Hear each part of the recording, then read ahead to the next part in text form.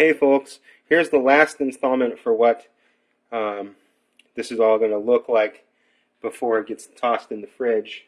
I nearly used an entire 2-pound package of brown sugar to coat all of this, and apparently my minion, OpSec Babe, is awake. And so that's what that looks like. Basically, you want a nice liberal, again with that word, liberal coating of brown sugar to cut the taste of the salt. You're going to keep applying this rub as the water rinses, as the water gets taken out of this. You don't save that, you just chuck that right away, okay? Every day, at the end of the day, you're going to want to chuck the dregs, the water that comes out of the pork out into the sink, and keep the pork, and reapply a little bit of salt. You know, how much is a little bit? At this point, you probably only have to use, you know,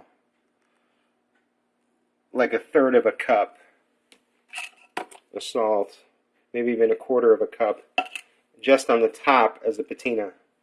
And again, with each one of these, that's what I'm going to do. For 7 days, this is going to do this. And at the end of the 7th day, we're going to smoke this stuff. Now, when we smoke it, instead of treacle syrup or molasses, as I've seen a lot of people do, basically I have an additional 2 cups of brown sugar, 2 cups of white sugar in my little pot. I wasn't thinking about this. I actually cooked that way too early. I guess I'll have to make more.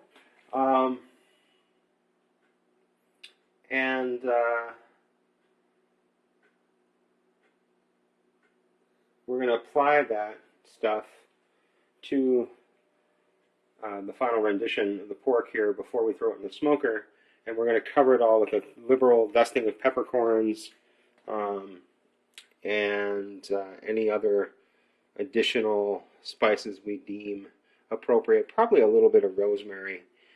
Somewhere in this, I'm probably going to put some ground rosemary in this as well, just to give it more flavor. OpSec Girl, by the way, is a pork Nazi. She loves pork, and she tells me that I was over worried about the smell, that it was fine. She smelled the bag it came out of and the various pieces of unwashed pork, like right there. And she just said that I was paranoid and life would be good. Wow, a paranoid guy on survivalforums.com. Hard to believe. Anyway, I hope you enjoyed this installment of OpSec Kitchen. Keep in mind, I'm not a professional videographer. There you have it. But look at this. I mean, this is what's fascinating to me. That is good bacon. Where do you ever get bacon that looks like that in a store? Never. The answer is never. You'll never get that kind of bacon in the store. Ever. End of story. Look at how well marbled that piece of bacon is.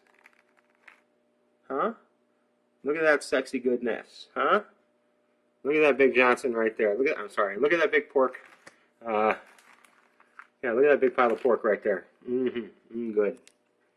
So, I probably need 1 or 2 more buckets now to think of it, because it's so packly tight in there that it might not lose as much water at the speed that I would like. So, I'm not going to show you that stuff.